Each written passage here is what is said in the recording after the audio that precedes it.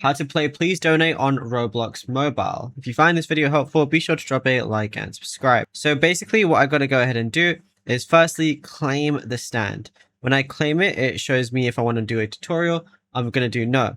Now to get a donation button like I do, you're going to have to basically make a game pass. So you can't actually do that within the game itself. So what you're going to have to go ahead and do is go over and leave the game. So we're going to leave it right now.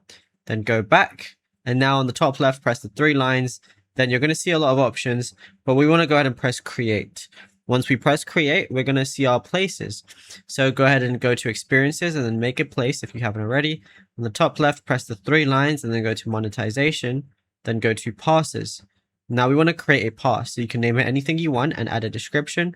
Once you go ahead and do that, it's going to be shown over here. Go over, press the 3 little dots on whichever one it is, and then press edit settings. Now when you press edit settings, you're going to see a lot more. And then you're going to see sales as one of the options. And then you can switch the item for sale. And then on Roblox, that's it. You're going to have the button, the donation button.